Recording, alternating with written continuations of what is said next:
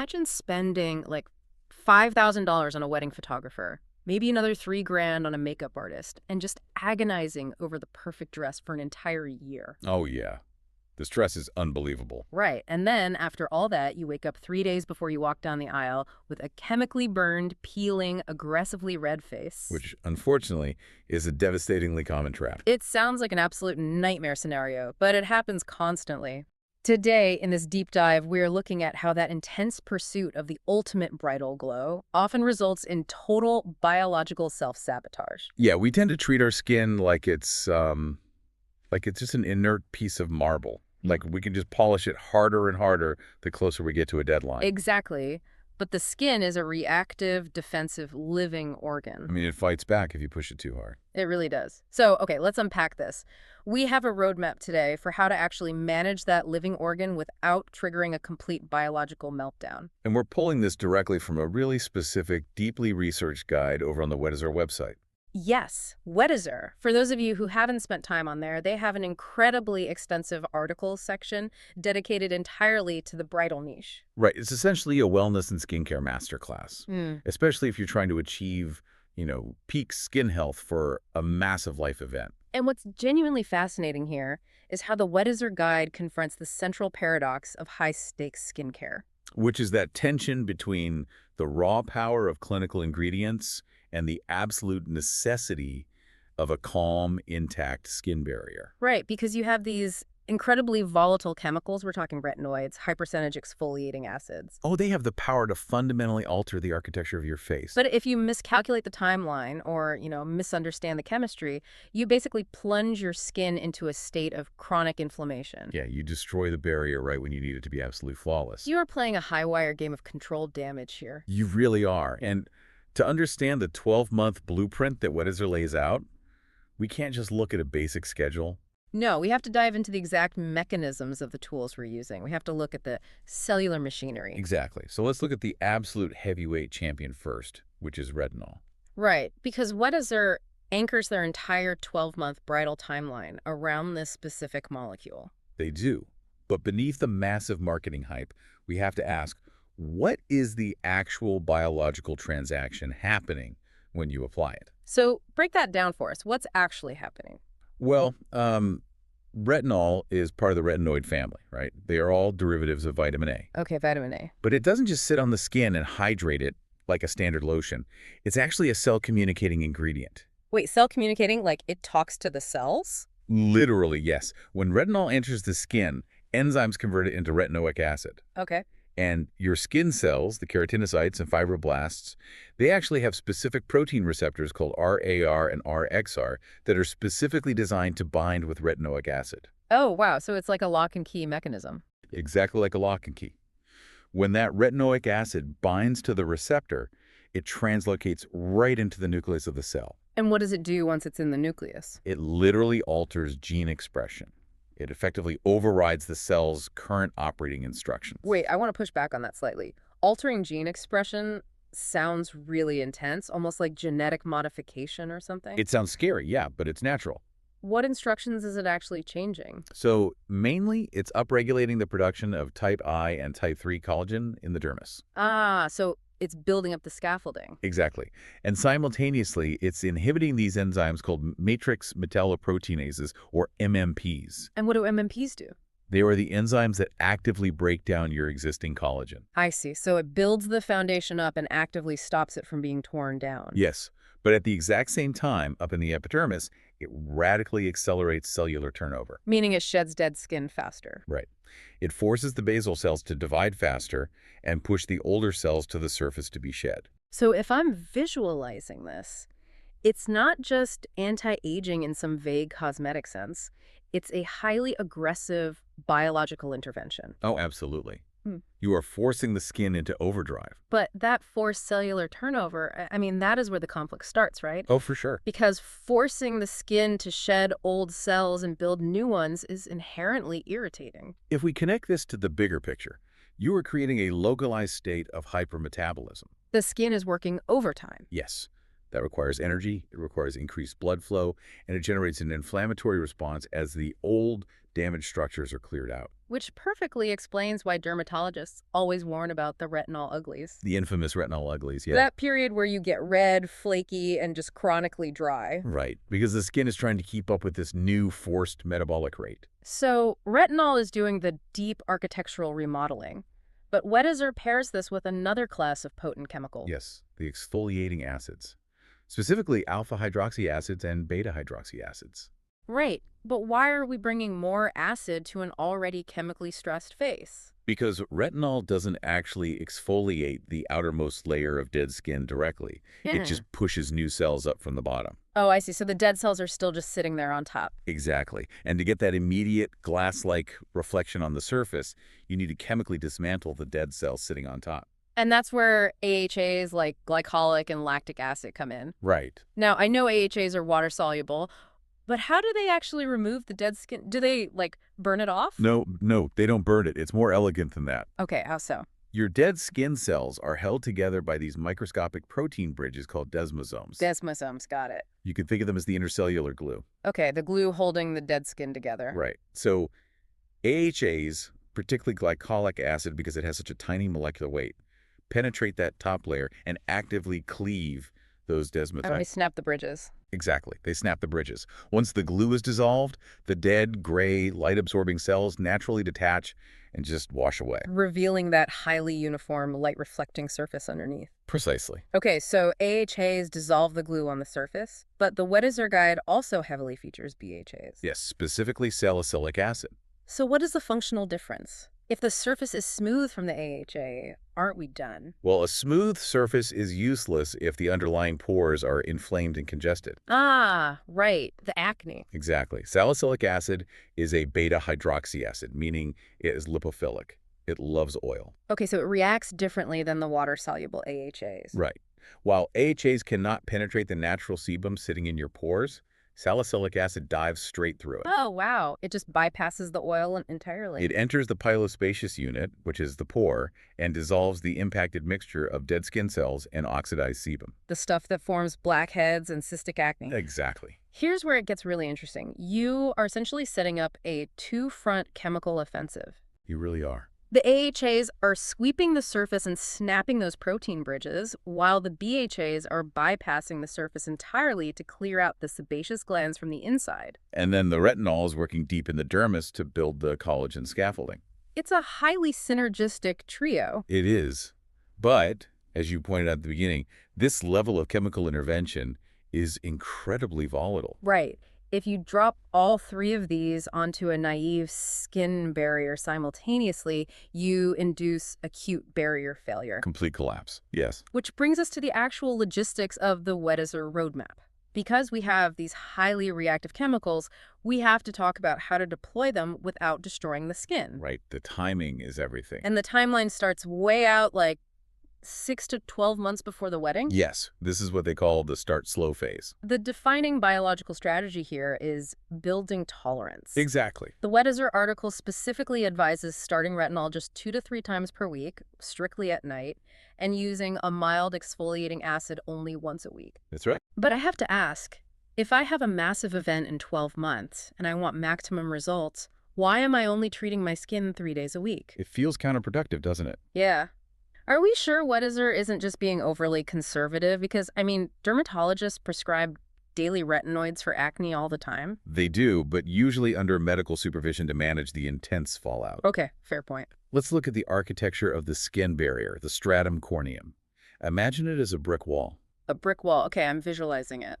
The dead skin cells are the bricks, and the lipids, the ceramides, cholesterol, and fatty acids, are the mortar holding it all together. Right. This wall has two primary jobs: keep hydration inside the body and keep environmental pathogens and irritants out. Okay, bricks and mortar. Got it. When you introduce retinol and acids, you are chemically removing the top layers of bricks, and you are mildly disrupting that lipid mortar. Right, because you're forcing turnover. Exactly. So the skin's basal layer now has to scramble to synthesize new ceramides to repair the mortar. And if you go too fast... If you apply these chemicals 7 days a week from the start, You strip the mortar far faster than your biology can replace it. So the wall completely collapses. The wall collapses, And yes. when the wall collapses, what actually happens on a microscopic level? You trigger a massive spike in what is called transepidermal water loss, or TEWL. Transepidermal water loss. So the water is just escaping? Yes.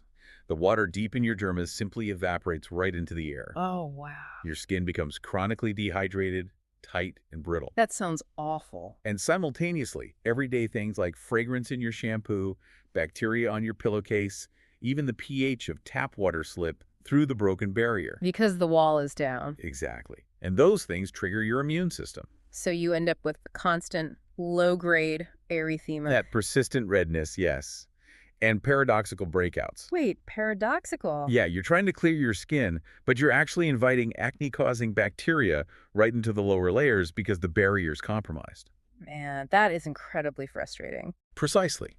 That's why the 6 to 12-month phase is an exercise in biological pacing. You're pacing yourself. You are applying the actives, creating a tiny bit of stress, and then giving the skin 48 hours to upregulate its ceramide production to adapt to that stress. So you coax the skin into a stronger state rather than forcing it into a compromised one. Exactly. It's like lifting weights. You don't max out every single day. It makes complete sense. You are training the barrier. Yes. And during this launchpad phase, Weddizer mandates two absolute non-negotiables: heavy moisturization and daily high-level SPF. Crucial. Absolutely crucial. I want to drill down into the sunscreen aspect because, people often treat it as a suggestion rather than a biological imperative. Oh, it is not a suggestion. Right. If I'm using an AHA that dissolves that intercellular glue, what is actually happening when sunlight hits my face the next morning? It is a recipe for severe hyperpigmentation. Really? Just from normal sunlight? Yes. That top layer of dead, glued-together skin actually provides a natural intrinsic sun protection factor of about 2 to 3. Oh, I had no idea. It acts like a physical shield. It physically absorbs and scatters a small amount of UV radiation. When you chemically strip that layer away, you expose fresh, immature keratinocytes directly to UVA and UVB rays. So the UV rays hit those fresh cells with zero resistance. Zero resistance. Ugh. And the UV radiation immediately begins causing DNA damage within those fresh cells. Which the body obviously wants to stop. Right. So to prevent cellular mutation, your skin's emergency defense system activates. And what does that look like? The melanocytes, which are the cells that produce pigment, are triggered by the inflammatory cascade. Okay. They rapidly synthesize melanin and dump it into the surrounding cells to create tiny parasols over the cell nuclei. Wait, like little umbrellas over the DNA? Literally, yes. They shield the DNA from the radiation. And on the surface, that microscopic emergency defense looks like sunspots, melasma, and uneven, muddy skin tone. So by skipping sunscreen while using these potent actives, you are literally paying money to actively accelerate the formation of dark spots. It is the ultimate counterproductive cycle. You must artificially replace the protective barrier you just chemically removed. All right, so let's assume we have successfully navigated the first 6 months. We've been disciplined. Right. We paced ourselves. Yeah. The brick and mortar barrier is intact. The lipid production has upregulated, and we haven't triggered a melanin emergency. Good job, us. Now we transition into the 3 to 6 month window, which Weddizer frames as the escalation and maintenance phase. Because now the skin has officially retinized. Retinized, meaning it's adaptive. Yes, the cellular enzymatic pathways are built, and now we can push the accelerator. The guide instructs us to ramp up the retinol to every other night and the exfoliating acids to twice a week. We are increasing the load, yeah. But how do we know if we are pushing too hard? Because Weddizer says you have to constantly monitor the skin for dryness or sensitivity. Right, you have to be vigilant. What are the actual biological red flags that the barrier is starting to fracture? This raises an important question about the difference between cellular activity and cellular distress. Okay, what's the difference? You should never feel a persistent tightness after washing your face. Really? Even just a little tight? Not if it's persistent. That tight feeling is the physical sensation of transepidermal water loss. Oh, because the water is evaporating. Exactly. It means your lipid mortar is critically low. You also want to look for microflaking around the nasolabial folds, the creases around your nose. I've definitely had that before. Right. Or an unnatural, shiny, plastic-like appearance to the forehead. Wait, I thought a shiny forehead was the goal, like that glass skin look everyone wants. There is a profound difference between hydrated, light-reflecting skin and the saran wrap shine of overexfoliated skin. Saran wrap shine? That sounds bad. It is bad. When you over-exfoliate, you completely strip the microtexture of the skin, removing the protective acid mantle entirely. So it's too smooth. It looks aggressively smooth, but it feels painfully tight, and it will actually sting when you apply a basic moisturizer. Oh, right, when even your gentle lotion burns. Yes. If you hit that point at the 4-month mark, you must immediately drop the frequency back down. So you have to be radically honest with yourself and just listen to the biofeedback. You'll have to. Which leads us to the 1 to 3 month window before the big day. Weddizer shifts the strategy aggressively here. They do. It's a huge pivot. The mandate is maintain the routine. Do not try new, strong treatments. Focus entirely on hydration. It is a masterclass in risk management. I find this phase psychologically fascinating. Oh, it's the hardest part for so many people. You are maybe 60 days out from your wedding. The stress is peaking. The adrenaline is high. You are staring in a magnifying mirror every morning, analyzing your pores. Looking for any tiny flaw. Right. And suddenly, an influencer pops up on your feed promoting a highly concentrated $300 at-home TCA peel that promises miracle results. Which is so tempting. The temptation to abandon the steady routine and go for the miracle cure is overwhelming. And falling for that temptation is exactly how you ruin 10 months of disciplined work. Why so dangerous, though? Let's look at the mathematical reality of skin cycles. A standard cellular turnover cycle takes about 28 to 40 days, depending on your age. Okay, so a month to a month and a half. Right. If you introduce a massive new variable, like a high percentage peel or some random new botanical serum at 60 days out, and your immune system decides to reject it, You get a reaction. you trigger an allergic reaction or a severe chemical burn. We talked about post-inflammatory hyperpigmentation earlier, Yeah. right? The dark spots. When that intense inflammation subsides, it leaves behind deep, stubborn brown or red marks. And how long do those marks actually take to fade?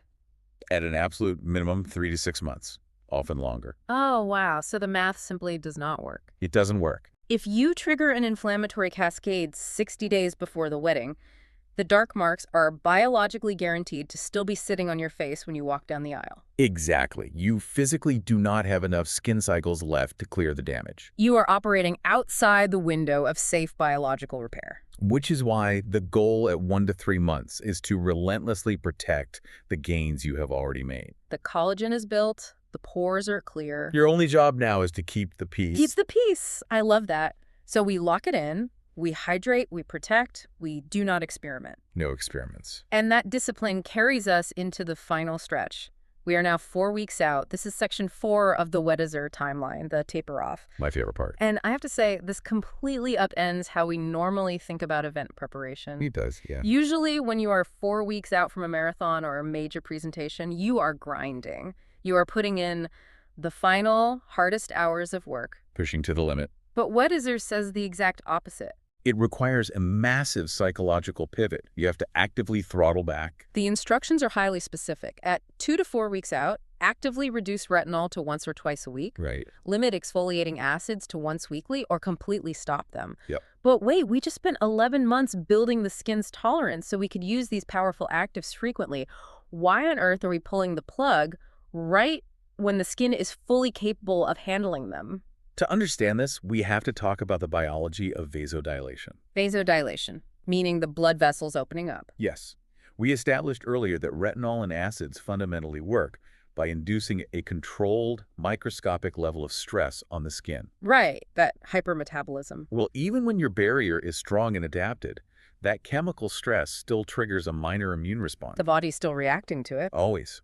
Your body dilates the capillaries in your face vasodilation to increase blood flow, bringing oxygen and white blood cells to the surface to manage the cellular turnover. And dilated capillaries look like what physically? They look like a persistent, subtle pinkness, like a slight flush. Okay, I can picture that. And because there is extra fluid moving into the tissue, it causes microscopic edema swelling. Swelling, even if you don't feel swollen. Yes, microscopic. You might not notice it day to day, but that microswelling makes the skin look ever so slightly textured. And it can actually make the pores look slightly wider because the surrounding tissue is engorged. Oh, that makes perfect sense. So 2 to 4 weeks out, we want zero microinflammation. Zero. We want maximum vasoconstriction, the capillaries shrinking back down. So they become invisible again. Exactly. By pulling back the actives, you remove the chemical stressor. The immune system stands down. And the redness goes away? The capillaries constrict, draining that excess fluid. The redness completely dissipates, the microswelling vanishes, and the pores tighten back to their baseline. The skin just calms down. It becomes as flat, calm, and uniformly colored as a pane of glass. It creates an absolutely pristine canvas for makeup. Which brings us to the actual wedding week, 7 days out. Weddizer's protocol here is shocking in its simplicity. It's basically nothing. Literally. Yeah. Avoid all harsh actives entirely. Use gentle cleansers, hydrating serums, moisturizers, and stay consistent with sunscreen. Right. And then for the days immediately preceding the event, focus purely on hydration, sleep, and a minimal routine. It is the ultimate biological expression of less is more. So you spend an entire year carefully calibrating chemical compounds, monitoring your lipid barrier, playing this high-stakes game of cellular chess. Yeah. And the week of the wedding, your routine is essentially splashing water on your face and taking a nap. Basically. It feels incredibly counterintuitive. It feels like you are giving up right before the finish line. It feels wrong because we equate effort with immediate results, right? Exactly. We think if we aren't burning, it's not working. But the physiological reality is that the work is already done. The deep dermal firmness, the clarity of the pores, the smooth surface. That is the delayed dividend of the retinoic acid you applied 8 months ago. Oh, wow. It takes that long to see the final result. It does. Applying an acid mask 2 days before the wedding will not add any new benefits. It will only risk reintroducing vasodilation and inflammation. And the guide points to sleep as a primary skincare active during this final week.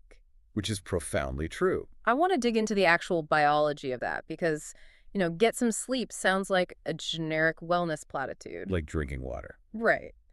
But biologically, what is sleep actually doing to the skin during a high-stress week? We have to look at the endocrine system, specifically cortisol. The stress hormone. Yes. Wedding week is inherently a massive psychological stressor. When you are stressed about seating arrangements, caterers, and family dynamics, your adrenal glands pump out cortisol. And what does cortisol do to the face? Cortisol is catastrophic for the skin if left unchecked. It physically binds to receptors in the sebaceous glands, forcing them to overproduce sebum. So you get super oily. Very oily. Mm. It also directly triggers those MMP enzymes we talked about earlier, the ones that chew up and degrade collagen. Wait, stress literally eats your collagen. Literally. Furthermore, high cortisol suppresses the immune system in the skin, allowing the C. acnes bacteria that naturally live in your pores to multiply out of control. So a cortisol spike creates an oily, bacteria-rich environment while simultaneously breaking down your structural collagen. Yes. That is a perfect storm for a massive cystic breakout on your chin 3 days before the wedding. Precisely. Yeah. And the only physiological mechanism that powerfully, fundamentally lowers circulating cortisol levels is deep, slow-wave sleep. Deep sleep. Yes. During deep sleep, cortisol plummets and the pituitary gland releases human growth hormone, which signals the skin cells to repair environmental damage. So if you are staying up until 3 a.m. agonizing over details and slathering on a harsh chemical mask to fix your skin, You are keeping cortisol artificially high and guaranteeing a breakout. sleep is not a luxury. It is the final, crucial biological step in the Weddizer protocol. It really is. So we have mapped the timeline, 6 to 12 months, build the barrier, 3 to 6 months, escalate the cellular turnover, 1 to 3 months, freeze the routine and maintain. Right. 4 weeks out, taper off to remove microinflammation, and wedding week, sleep to crush the cortisol. It's a beautiful system. It is a brilliant, mathematically sound system. But even the best system fails if you ignore the environmental factors, which Weddizer addresses heavily in their pitfalls and pro tips section. Right, because a roadmap is useless if you drive off a cliff because you weren't looking at the terrain. Let's talk about the specific pitfalls the Weddizer articles warn about. We covered overusing actives and the absolute biological necessity of sunscreen to prevent melanocyte hyperactivity. The dark spots, yes. But another major pitfall mentioned is the late introduction of new products. We talked about chemical burns, but what about actual allergic reactions? Oh, allergies are a whole different beast. Because the guide specifically warns against late-stage experimentation causing allergic cascades. The mechanism of an allergic reaction is entirely different from a chemical burn, and it is far more sudden. Well, a chemical burn from an acid is localized tissue damage. An allergic reaction is a systemic immune response. Okay, systemic. Let's say you try a new botanical face mask 3 days before the wedding, because a bridesmaid swore it gave her a glow. Okay, the classic last-minute panic buy. Exactly. If your immune system identifies one of those botanical proteins as a severe threat, it triggers your mast cells. Mast cells. They are immune cells residing right in the connective tissue of your skin.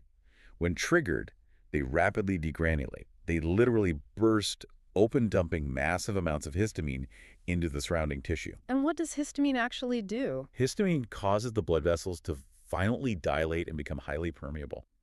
Plasma leaks out of the vessels and pools in the skin tissue. Oh my God. This causes immediate, severe edema swelling and deep, painful hives. That sounds terrifying. It is an explosive biological event, and unlike a minor breakout, you cannot easily cover a histamine-induced hive with concealer because the tissue itself is physically raised and hot to the touch. So the absolute non-negotiable rule is, if you did not perform a controlled patch test on a small area of skin 6 months ago, that product does not touch your face during wedding week. No exceptions. None. Zero. Which is exactly why the Weddizer guy strongly advocates for professional consultation. Right. Talking to a doctor. Every biological baseline is different.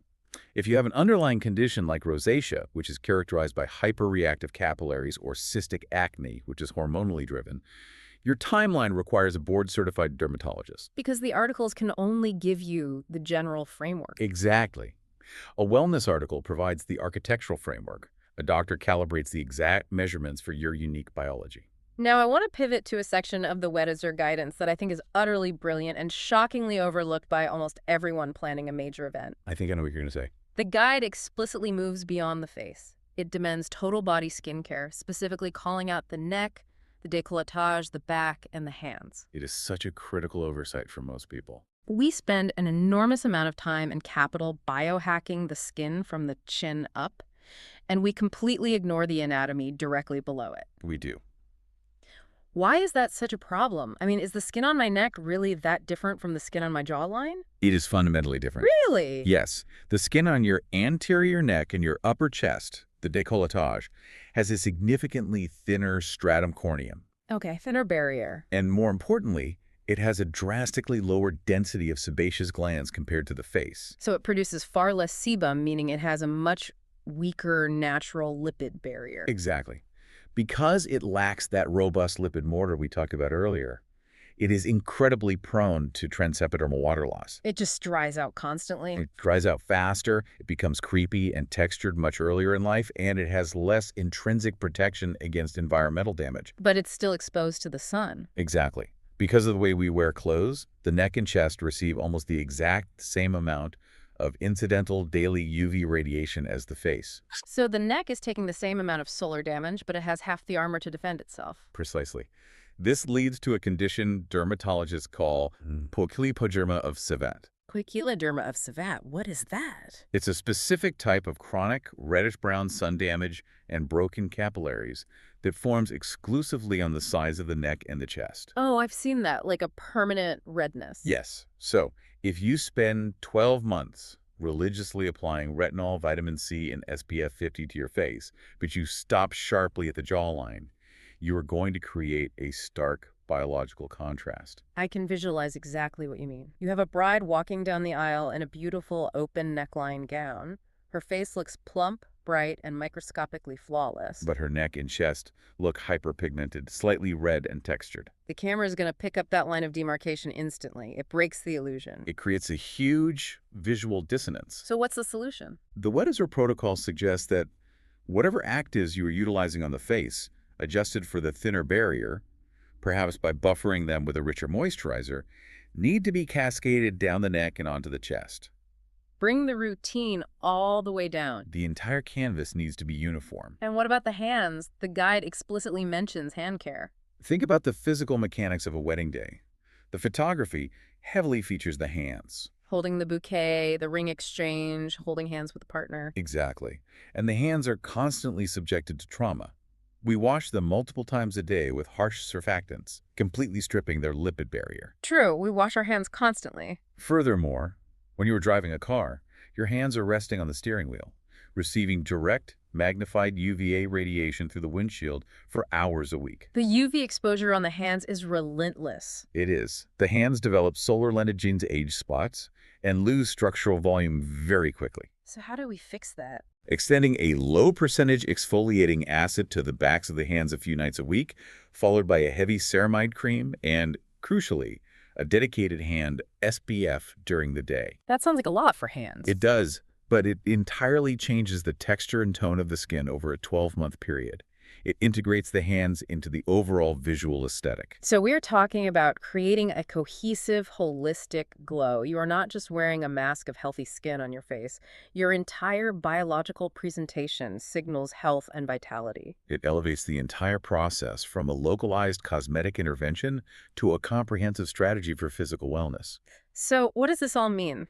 We have gone on an incredibly deep, microscopic journey today, using the Weddizer wellness articles as our map. We covered a lot of ground. We didn't just look at a list of products, we looked under the hood at the cellular machinery. We explored how retinol binds to receptors to rewrite collagen production, and how exfoliating acids chemically cleave the bonds holding dead skin together. Chemistry of it all. We mapped out a rigid 12-month biological pacing strategy, starting slowly to allow the lipid barrier to upregulate its defenses, escalating the cellular turnover to maximize the architectural remodeling, and then firmly locking in those gains. Right. We explored the deeply counterintuitive science of tapering off the actives to eliminate vasodilation and microinflammation. Which is the secret weapon, really. And finally, we looked at the absolute necessity of crushing cortisol with sleep and extending this biological care to the highly vulnerable lipid-deficient skin of the neck, chest, and hands. It truly is a masterclass in strategic biological management. You are not fighting your skin. Yeah. You are aggressively cooperating with its natural cellular cycles. And I want to emphasize this directly to you, the listener.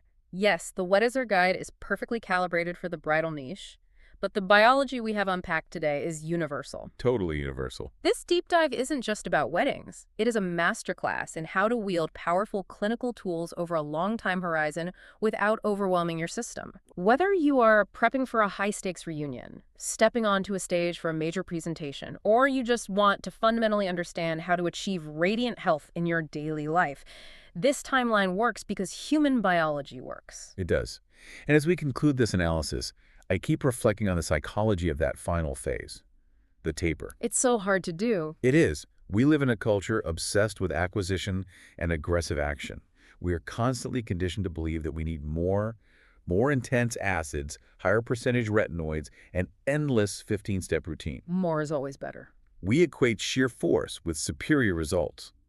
But what if the ultimate secret to mastering your physical wellness, the true mark of biological sophistication, isn't found in what you relentlessly apply, but in cultivating the immense discipline required to know exactly when to stop? Wow. That is a profound thought to sit with.